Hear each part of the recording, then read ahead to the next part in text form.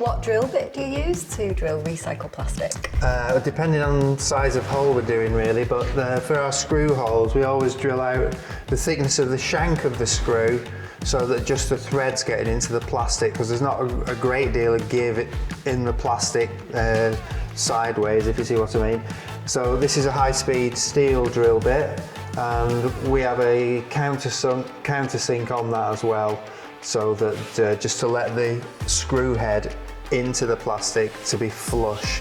If you don't have the countersink, it will sort of bulge the material, and then you have to start cleaning that off, which affects the aesthetic of the finished product, so we always countersink it as well. You don't have to go the full length of the screw, it won't hurt if you do, but we'd like to get at least half or 3/4 of the screw shank drilled out to let it in. So that's for our screws.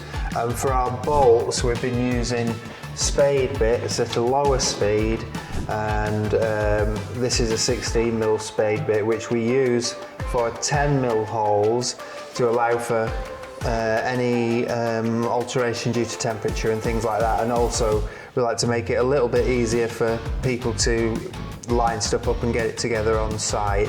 And there's always a few discrepancies that we like to have a little bit of movement, so we can adjust, say, like the finished height of the panels or something like that to get them even. So that's why we go a little bit bigger, but it's a spade bit at a lower speed.